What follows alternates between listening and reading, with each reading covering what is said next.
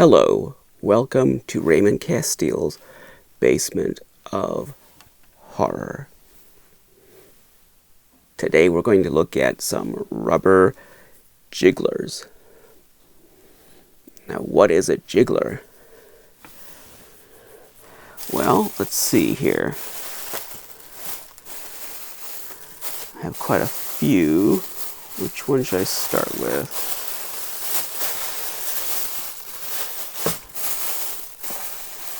Here we go. All right.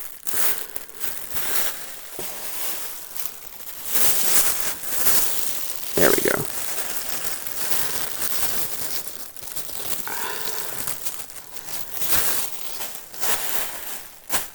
It's going to be one of those episodes where I have all this plastic piled up. So this is a jiggler. Now that's not the kind of jiggler we're going to focus on today, but I wanted to show you this one because this is a real jiggler. So this is made by a company called Russ Berry. I have to be very careful with this thing. It's almost gelatinous. It's so oily and jiggly. It has a metallic sheen, as you can see there. It has little plastic eyes. People call them glass eyes. I mean, I don't know if they're made of glass. I think they're made of plastic, but it has a little pointy tail, little goat feet. So it's a cute little devil. It's kind of a Krampus too, because it's got the tongue hanging out. But I mean, I think it's supposed to be a devil. Krampus doesn't have wings. It has a little metal hook, and then the elastic and the tag. Now this, I'm going to put him back because he's not really the focus of what we're going to talk about. But the reason I showed you that one first, he's from the 60s, the 1960s, Russ Berry jiggler. When people talk about jigglers, that's a category of collectible toy. As you saw, it's made of rubber, like a jiggly rubber. A petroleum-based soft PVC. And they're called jigglers because they jiggle. But the word jiggler, I think it was coined by fans or by collectors. I don't think the toy industry ever called these jigglers. But that name was first applied to specifically Russ Berry jigglers, like the one you just saw. There was a collector who advertised in Toy Shop magazine back in the 90s, and he had a lot of these Russ Berry jigglers, and he called them jigglers.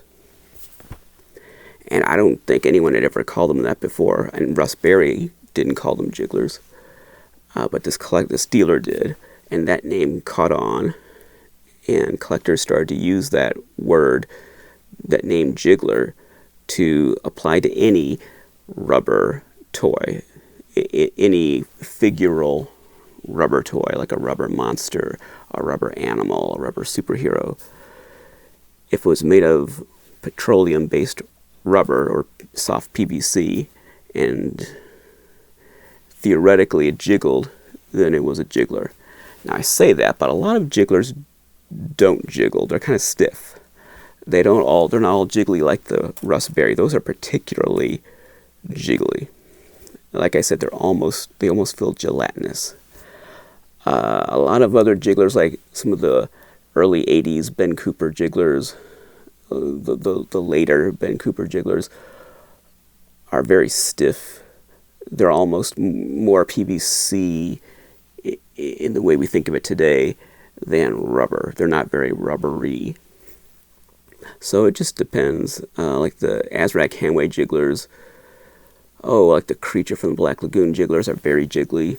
But then the Frankenstein jigglers are kind of stiff, and they're just kind of there. They don't really jiggle around very much.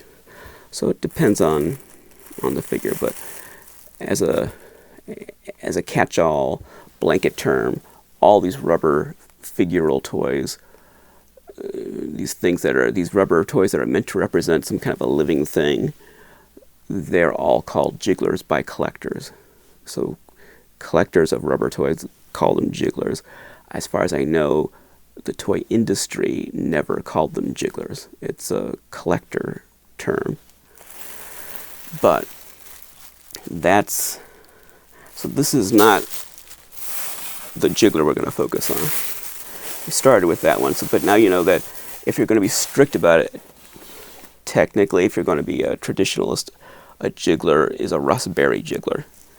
But that term evolved to the point where now collectors call all rubber toys jigglers. Some would even call, like the Mattel Grigori bat a jiggler. That's debatable, but I mean, it's a big floppy PVC soft rubber bat, so it kind of is a deluxe jiggler. But the ones we're going to look at today, and we'll have, like that Russ Berry one, we'll have some bonus jigglers, but the main ones we're going to look at are a trio of kind of mysterious jigglers. So they're cool to look at, but I don't think I'm going to be able to give you much information about them.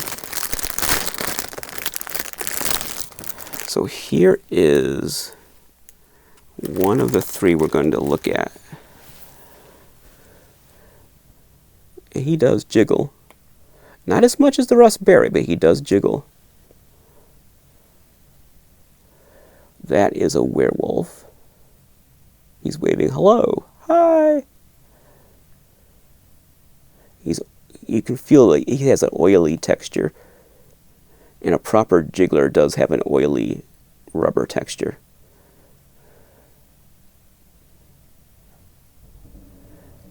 Now he's awfully cool. He's heavy. He's large. He's an awesome jiggler. Now normally I would say that this was made by XYZ company in the year 1967 AD, blah, blah, blah, blah.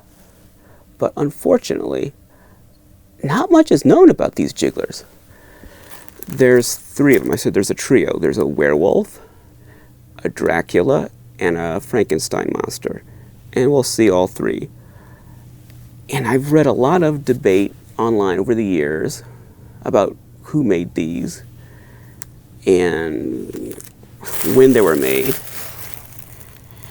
And I haven't read anything definitive. Let me just take a look here. It's been a long time since I looked at any of these. I don't remember if there's any markings on these. And one day I need better lighting in the basement because I can barely see anything. It looks much brighter watching the video on YouTube than it does sitting here doing these. Yeah, I can't see any markings. So, but I've heard a lot of speculation about when these were made and who made them. Some people think Vicks made them, or Gigantor, or any number of other companies. That you just go down the list of companies that made rubber jigglers, but no one really knows for sure. The only way to kind of get a handle on when they might have been made is the fact that this jiggler resembles the werewolf from Dark Shadows. I mean, it's basically a toy of the Dark Shadows werewolf. It's an unofficial Dark Shadows werewolf jiggler. That's basically what it is. And of course we know that Dark Shadows, and particularly the era with the werewolf, that's in the late 1960s. Now in 1969, MPC released a model kit of the werewolf and Barnabas Collins. They released two kits from Dark Shadows. And those have been reissued over the years, and I think you can go to the store even now, a hobby store, and find reissues of those models. But they were originally put out in 1969. And this jiggler, I think it resembles the model kit more than the actual character. It's almost a rubber version of the model kit. I'm not saying it was molded off the model kit, but I think there was a lot of inspiration from the Dark Shadows of Werewolf model kit. So if that's 1969, the model kit, then that helps date when these might have been, when they might have originated. So they're probably not very long after that. If they're not from 69, then they're probably 70, 71, something like that, when those model kits were still new. Now, so there's the standard version of the jiggler. And in almost every case when you encounter it, it's going to look like that. But here's one oddball example. A color painted version of that jiggler. It's the same jiggler, but it's painted. Now, it's possible that a collector did this, or a kid did this, or a dad did this, but it looks to me like factory paint.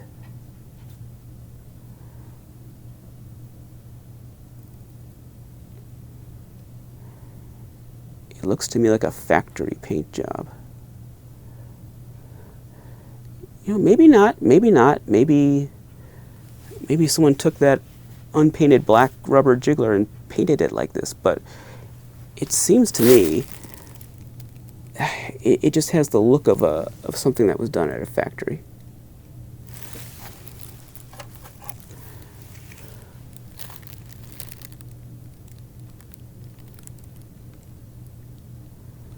It's interesting, is the paint, is it coming off his lower lip, or was it always like that? I don't know. He's got a lot of weird little streaks on his face. I mean, he's got his eyes, you know, he's got red, then white, then black on his eyes. So there's a lot of detail in this thing. And maybe a little too much detail. It's really weird. So would a factory paint job put that kind of detail in the eyes like that? And would it make all those streaks on the face? It's a mystery. What kind of paint that an average person would have access to would stick to this rubber? If you just get your trusty Tester's enamel gloss paint like someone would have had back then, it's not going to stick to this. Oh, there's Billy. Hi, Billy. Billy has been worrying me sick lately because he's had pancreatitis. He's had ultrasound, all kinds of tests, all kinds of medicine. And he's going to see a specialist, an internal medicine specialist, in 48 hours. Oh, he's not going to like that. No, he's not going to like that trip to the vet. He was at an emergency 24-hour animal hospital about 10 days ago because he was throwing up all his food. Oh, yes, he's been worrying his daddy sick. But there he is. He can sit there and keep us company. So, I don't know if that paint is original or not. It's been speculated. A friend of mine speculated that maybe it was a prototype or some kind of factory sample. Some kind of factory sample, maybe. You know, sometimes when a company is selling something, they'll have examples that are deluxe, that look much better than what the thing is going to look like in the store. Like, I've got a photo of the Topstone Mask Company showroom in New York City from the 1960s, and they have all their masks on the wall, and they're all done up deluxe. It's like you would find today if you bought a collector grade casting of a Topstone mask, where it was all beautifully painted with hair and all that, and thick casting. Well, they all look like that, but it's the early 1960s. So people would come into that showroom and see these deluxe-looking Topstone masks and say, "Oh yeah, I'll order 1,000 of those," did the retailers.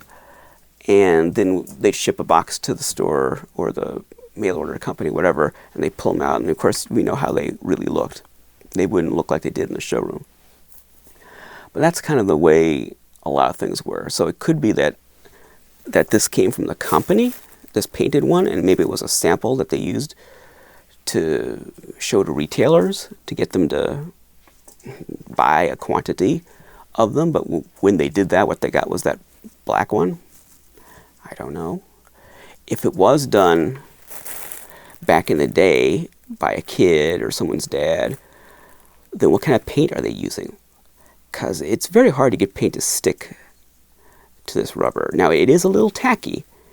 As you might have noticed when I was getting it out of the bag kind of sticks to it a little bit. So I'm always careful taking it out of the bag. I probably should have it in waxed paper or something. I don't know. So it is a little tacky. But if it was done back in the day, if it can't be like a bottle of Tester's enamel gloss paint, or like the kind of paint they had back then, kind of paint they would have used to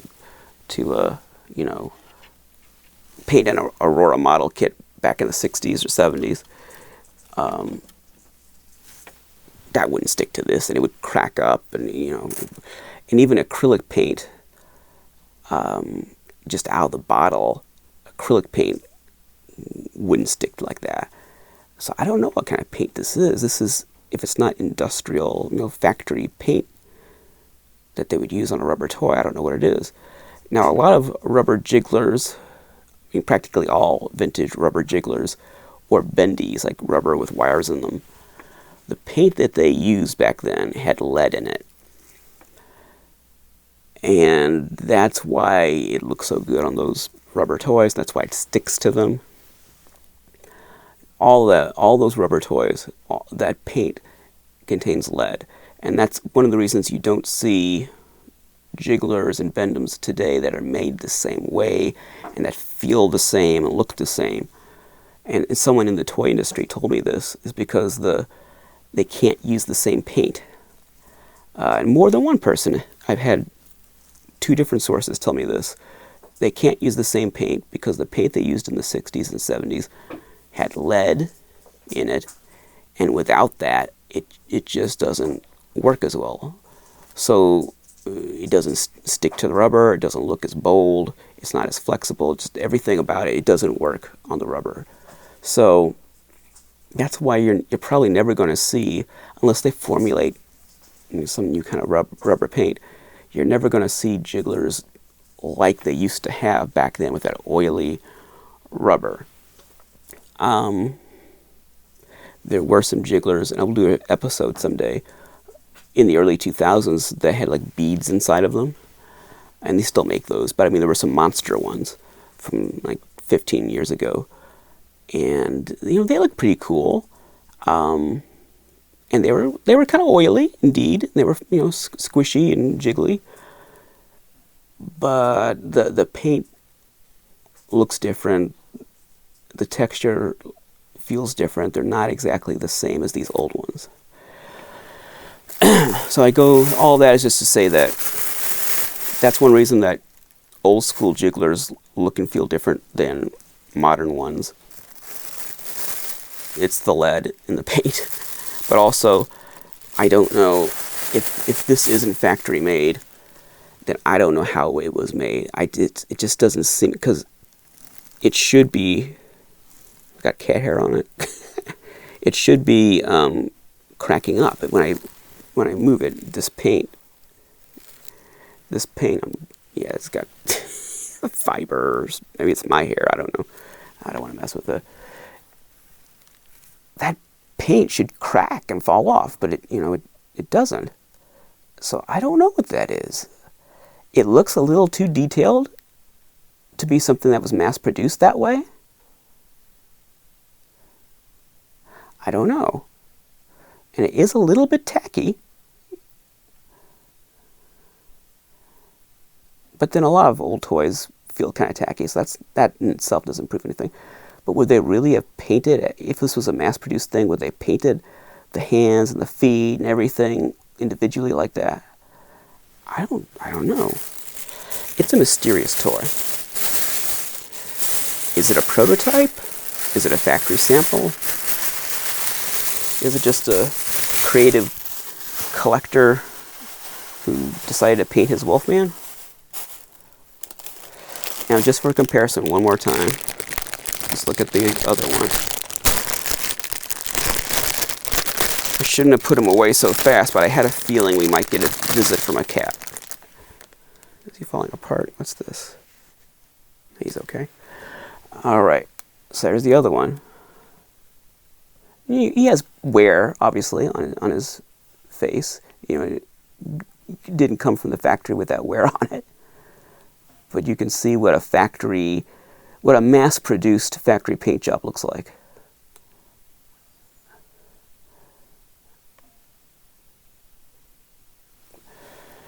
That's what you would expect.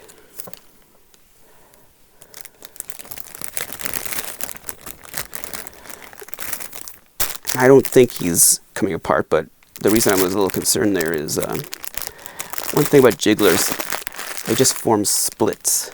Even if you take care of them, they start to split in different places, and it's hard to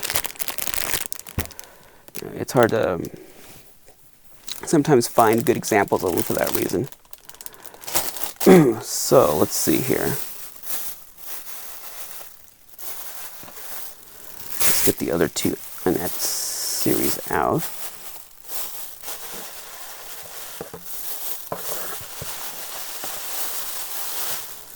All right. Now, originally I had wanted to do a Ghostbusters episode this week.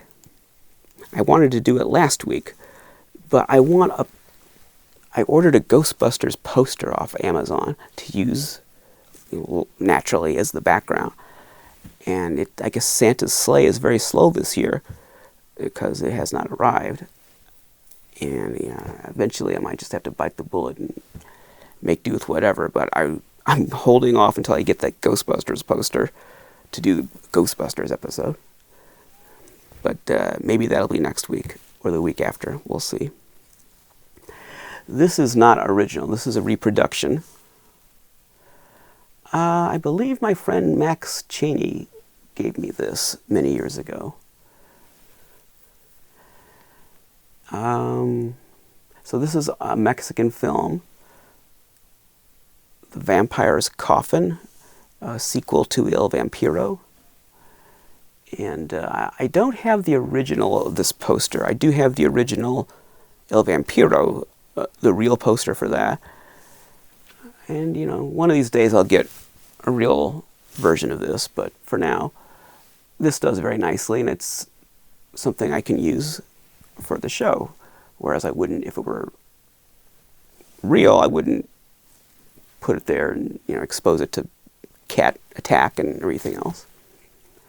But I've had it for some time, and this is a nice time to put it to some use and display it and see it for a while. So you might see that again, but hopefully we'll get that Ghostbusters poster up there and we'll do a Ghostbusters episode. I kind of wanted to tie it in with the new movie, but I don't know. The movie will probably be on Blu-ray by the time that poster arrives. Whatever. So I said, what can I do? Oh, let's do Jigglers, because I have a really big Jiggler. I could just put a period right there, but I'm not. I have a really big Jiggler collection. I have a really big Jiggler collection with just hundreds of Jigglers.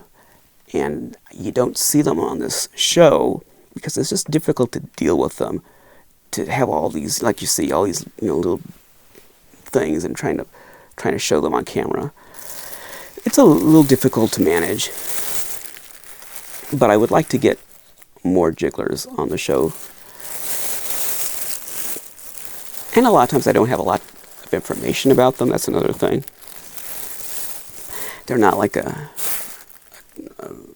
Mego or a Tomland or whatever, Kenner or Hasbro. Hey, baby.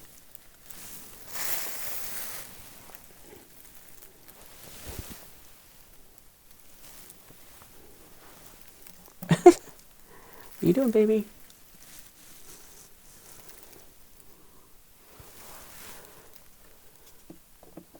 You can stay there. That's okay. So they're not like a mainstream toy that I have all this information on. A lot of this stuff, it's just very obscure. It's not a lot you can say about it, like these. But hopefully this season we'll get more Jiggler episodes. I hope. I would like to delve into that a little more. So here is the Frankenstein Jiggler from that set, same set that the Wolfman came from. Now you see his paint is much better. He's in much better condition. He's all nice and shiny. Even his feet have electrodes. Are you going to sit on him? There we go. There you go. So, even his feet have electrodes. And he's in this kind of walking stance. His arms are sticking out there, and he's got electrodes on his neck. And does he have electrodes on his temples too? No, he doesn't. He has electrodes on his neck and his feet. Can you see? There you go. There's the electrodes on his neck. He's got a really cool design. I mean, I like that he has a round head, not a flat head. So I like that werewolf. I thought was like a Dark Shadows werewolf. This Frankenstein looks like the character of Adam on Dark Shadows. Adam is the Frankenstein monster equivalent on Dark Shadows. And this Jiggler looks like Adam. Looks like Robert Rodin, who played Adam. It looks like that character. Even you could say this top almost looks like a sweater. Not exactly, but it's like a one-piece kind of thing instead of a jacket. And that's what Adam wore on Dark Shadows. He had a jacket sometimes, but a lot of times he had a sweater. So I think there's a Dark Shadows theme going here. I think that werewolf is supposed to, is inspired by the Dark Shadows werewolf. And I think this Frankenstein is inspired by Dark Shadows Frankenstein monster character, Adam.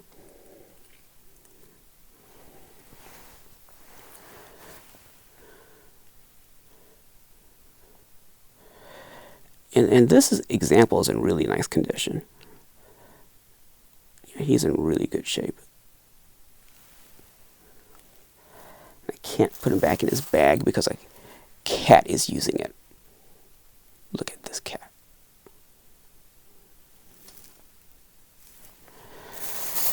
Alright, now there is a vampire now, a Dracula. So you think, oh, well, the werewolf was a Dark Shadows werewolf. The Frankenstein monster was a Dark Shadows Frankenstein. So naturally, this vampire is going to be Barnabas Collins, right? Of course. Wrong. That's incorrect. The vampire in the set is Count Dracula. It looks nothing like Barnabas Collins. Indeed, that pose is obviously based on the James Bama Aurora box art for Dracula.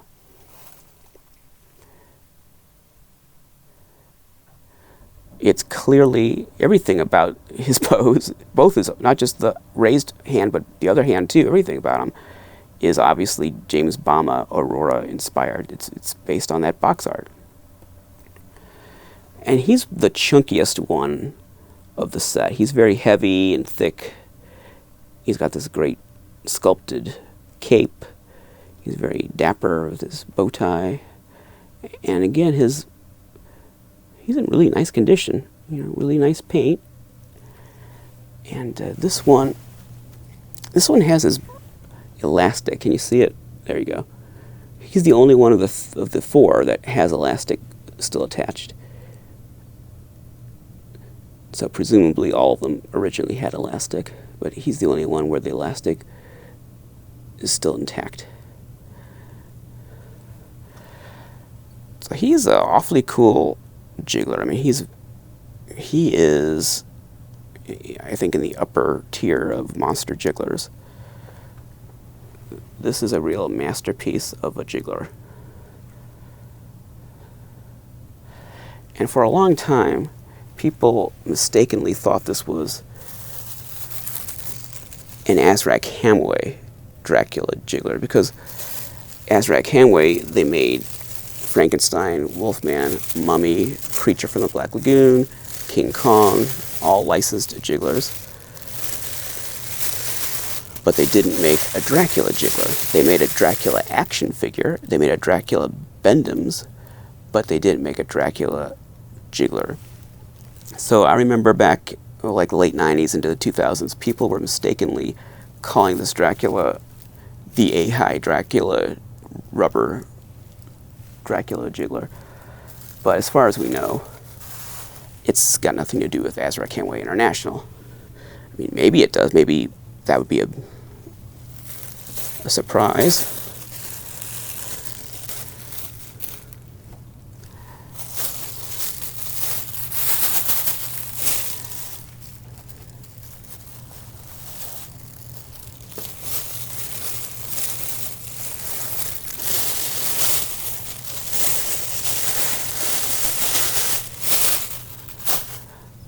Maybe they were made by Azrak Hamway. I don't know. But everything that Azrak Hamway made has their logo on it, their AHI logo. So I don't think they made it. There doesn't seem to be any markings on those things. I'm sure they're Hong Kong, but there's no maker's mark that I can find.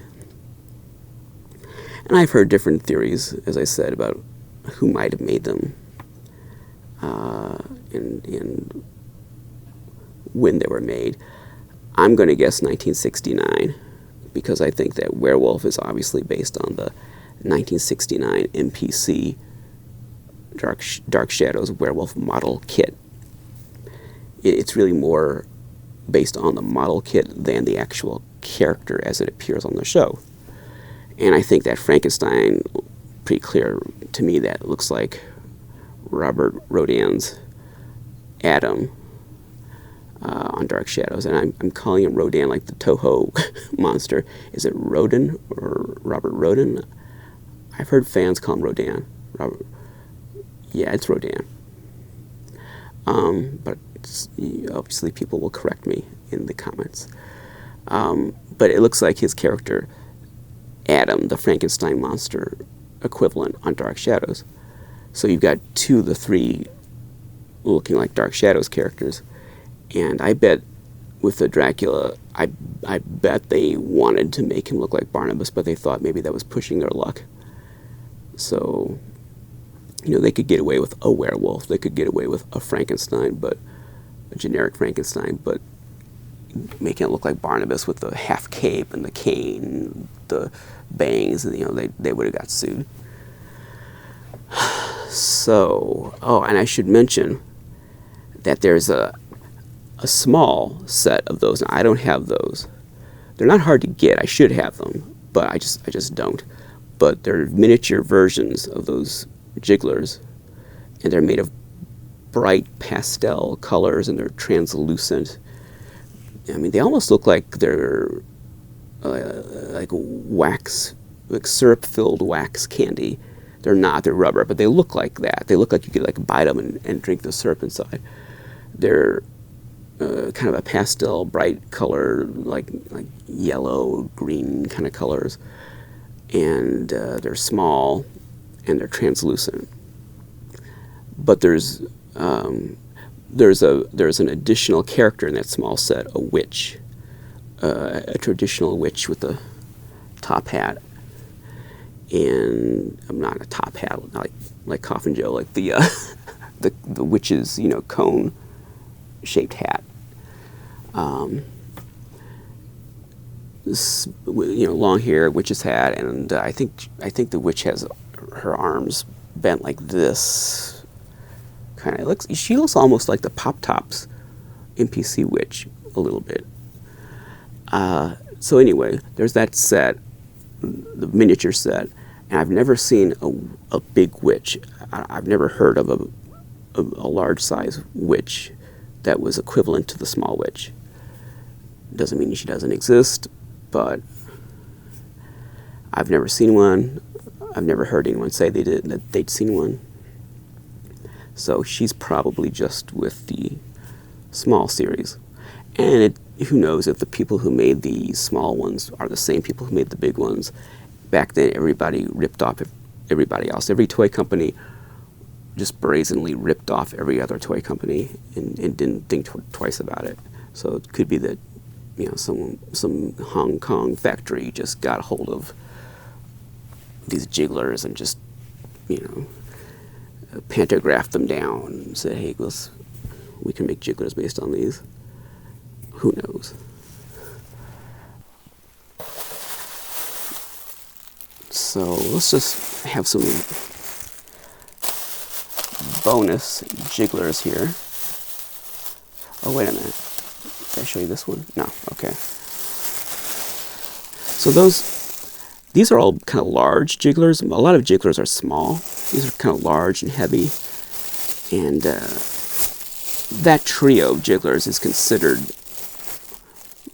sort of the Cadillac of monster jigglers. They're in the upper echelon of vintage monster jigglers. And then there's another set of large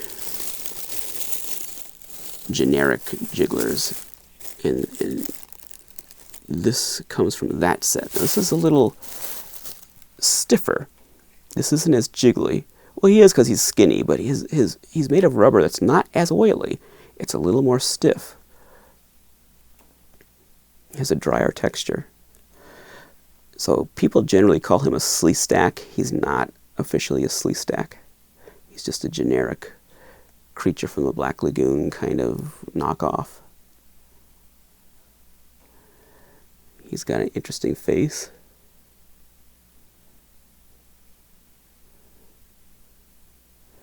And he's from a set of jigglers. And I don't, off the top of my head, know all the ones in the set. There's like 3 or 4 others. And they're all the same, roughly the same size, and made of the same kind of material. They're different characters, different generic monster characters. He's the only one I have from that set. They're expensive. I mean, I'd like to have them all, but I'm not exaggerating to say that they can go for $1,000 or more. I mean, I've seen him in damaged condition sell for over $1,000. I didn't pay that much for this, but I've seen him go that high. So if this, in this condition, he's in perfect condition. If this were on eBay at the right time with the right people watching, I could see $1,000 to like $1,800 for this jiggler. That's why I don't have the other ones. It's great to sell them for that much, but I can't pay that much. So, I mean, I just got lucky and got a good deal on this one. But, yeah, I can't, unless I just luck out again, I can't get the other ones. Because they all go for like $500 to $1,000 regularly when they turn up, which is not very often. and it's not unheard of for them to go up over 1,000. But I think, though, he is the most desirable one from the set, so he tends to go the highest. So at least I've got the most desirable one out of the way. It's all downhill from here. But it's a nice... I don't have enough knowledge about them to be able to talk in detail about what the different characters are. I mean, I've seen them. I know people who have them, but... It's another generic monster jiggler set of, like, you know, large jigglers like this that don't have any markings. No one knows who made them. No one knows exactly when they were made. They just exist. So they're kind of like that Dracula, Werewolf, Frankenstein. Here, let's just finish it off. Here's some little bonus jigglers. They were in the same box as those. And these are, people generally consider these Ben Cooper jigglers, but I don't think they were made by Ben Cooper.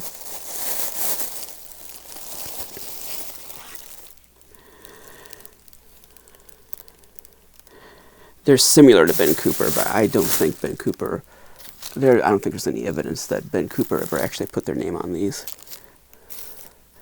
So this is a Frankenstein monster.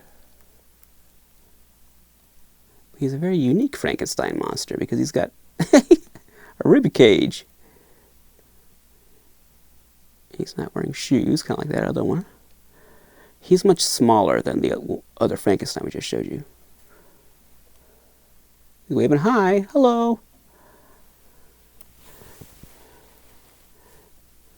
Here's on the back. I'm kind of hoping when I edit this that I'll see some company markings that I can't see with the naked eye, but I'll see them on video. Like, I think these do have something written on them.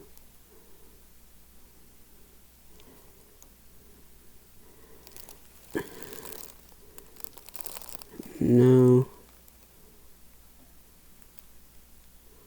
I thought they did.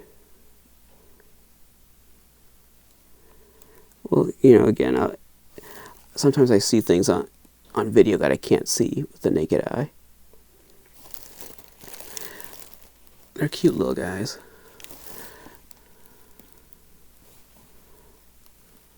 I'm trying to see if there's anything I want to point out. Well, here's something interesting. I don't know if this is supposed to be what it appears to be, but it looks like his jacket has a zipper.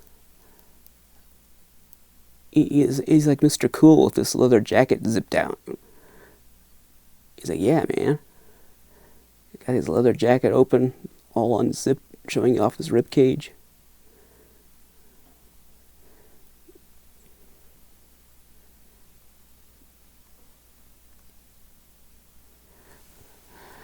So, he's neat.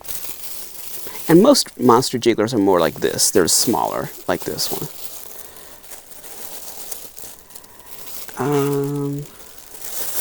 Let's see. Okay, so this... Oh, he's really cute. Here we have a translucent. I don't think that translucence really comes through on video, but to the naked eye, you can see. You can see through this guy. A translucent green wolfman. He's very nice, very crisp.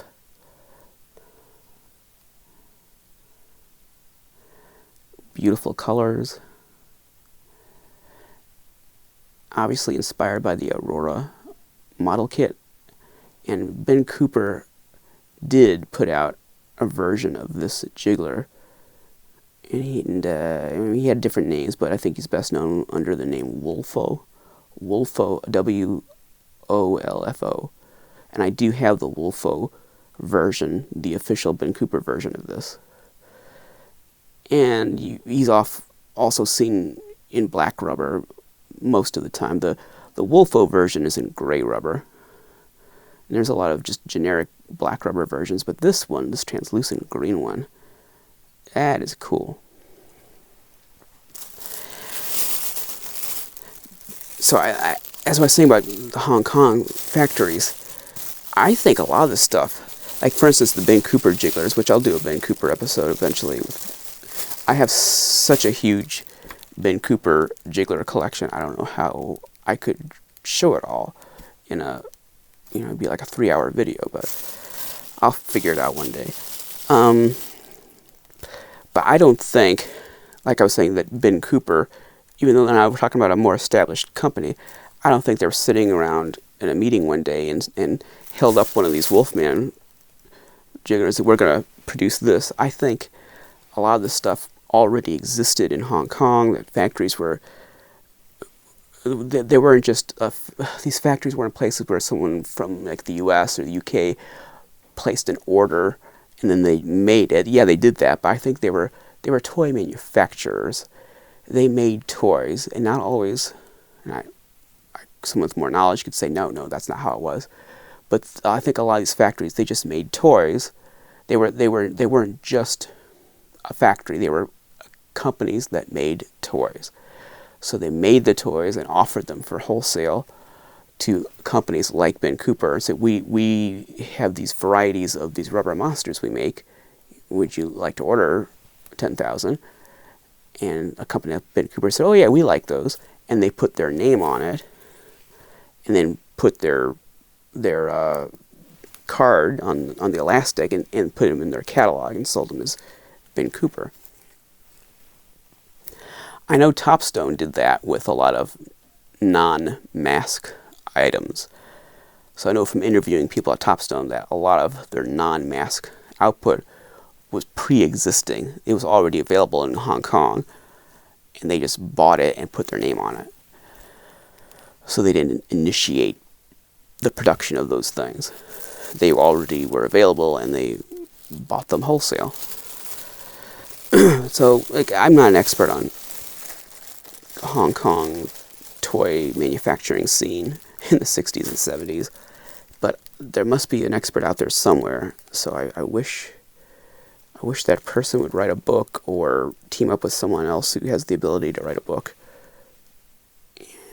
and get that history down while there's still people alive to tell it.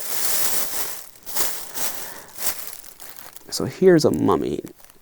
Now, my friend Andy Williams loves this one in particular. I think this is this is one of his favorite jigglers. Trying to, if I can get my hand behind it, you can see it better. So he's got a skeletal hand, skeletal parts. You don't usually see a mummy like that. A mummy that's skeletal. There's, he's a skeleton inside those bandages, which is more like a real mummy. It's much creepier.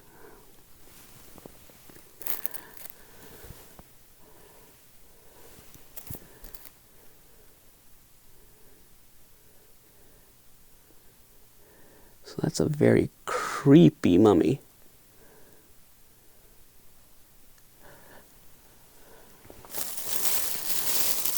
We'll look at one more here. And all of these are from the same set. These are all from the same set of monster jigglers. Now this is a caveman.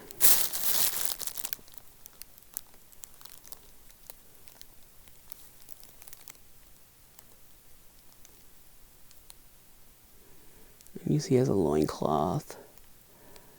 He's a little more comical than the others. He has this kind of mustard color loincloth.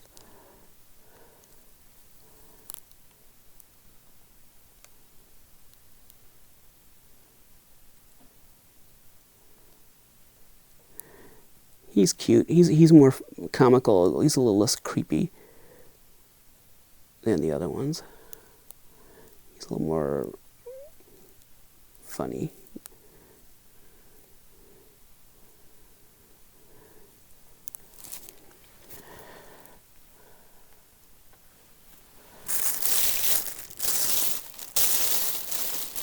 So these are all from the same assortment. And these all came from Andy originally.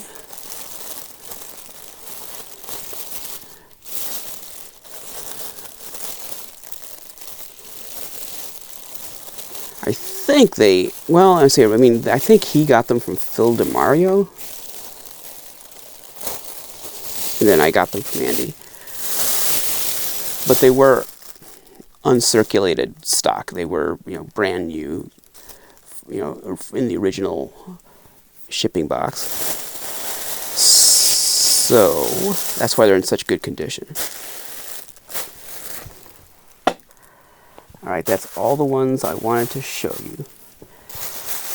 I picked these because they weren't part of some sprawling set that I could just knock these out.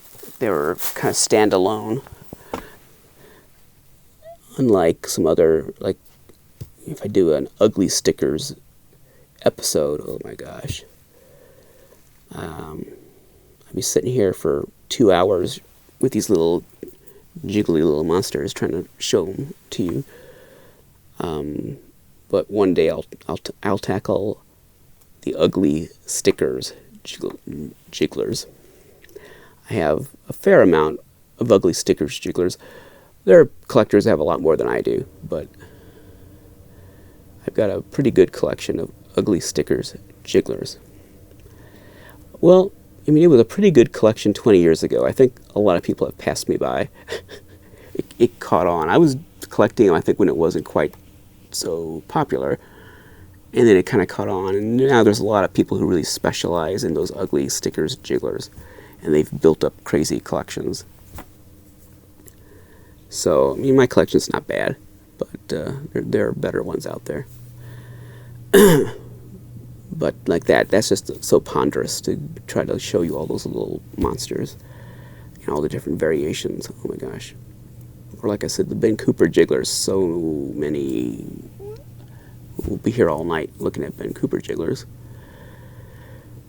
Or the Imperial Jigglers. Those are more animals than monsters, but even so, one day we'll do Imperial Jigglers, and that will be an ordeal trying to get through those. And then just all these miscellaneous jigglers that aren't readily identifiable. Oh, I want to do something on. This season we're gonna tackle Disneyland monster souvenir merchandise. We're gonna look at Randotti, and since we're gonna do that, it makes sense to then look at the jigglers that were sold alongside the Randotti skulls. And if you're saying, what are you talking about? Well, you'll find out when we do the episode. So that'll probably be 2 episodes. If I'm going to do the skulls, I might as well do the jigglers. Because at Disneyland, they used to have these souvenir stands. They had all these beautiful, creepy skulls in big barrels full of big, heavy rubber jigglers. Big snakes and giant spiders and lizards and stuff. And they were sold next to each other. So it's kind of the same experience going into those souvenir stands. And when I had a sense of smell, I could smell all the oily, petroleum-based rubber coming out of those barrels. And then I could dig through those barrels and pull out a big snake. And then they had the skulls lined up. I'm preempting myself here. I ought to save those memories for those episodes. By the time I finally got to Disneyland, they no longer carried the original Randotti skulls. They were carrying like copycat skulls. But still, I didn't know that at the time. I saw all these wonderful skulls. I thought, wow, this is amazing. But now I've got a pretty decent Randotti skull collection. I'm not into the tombstones and the figurines and like what do they have, like pirate figurines. I'm not into the non-skull stuff. But the skulls, I have a pretty decent collection of the skulls. So we'll do a Randotti episode, and we'll do a jiggler, like Disneyland Souvenir Shack Jiggler episode. We'll split them in two. So we'll have more Jiggler episodes in the future, but this kind of got things rolling. Okay, what else should we do? Do I need to talk about anything else?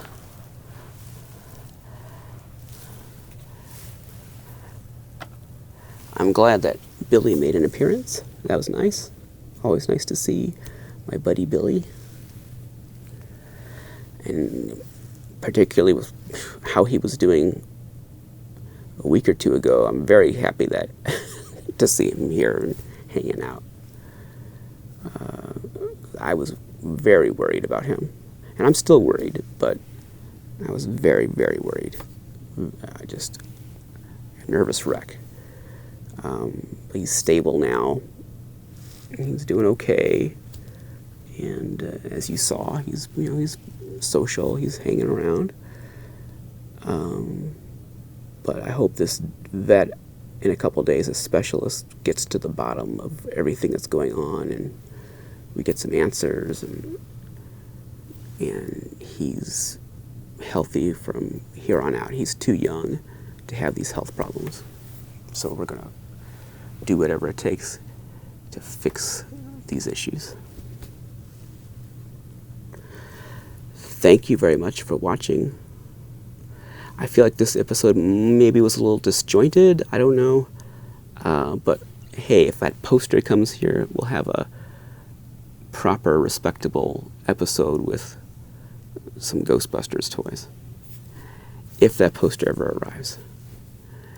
So till then, thanks for watching again, and I hope you have a happy holiday season. I should see you, I think probably a couple of times before Christmas, but if not, happy holidays. And until next time, Basement of Horror will return.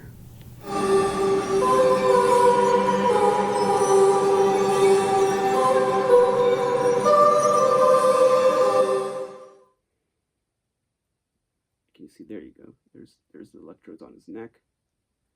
He's got a really cool design. I mean, I like that he has a round head, not a flat head.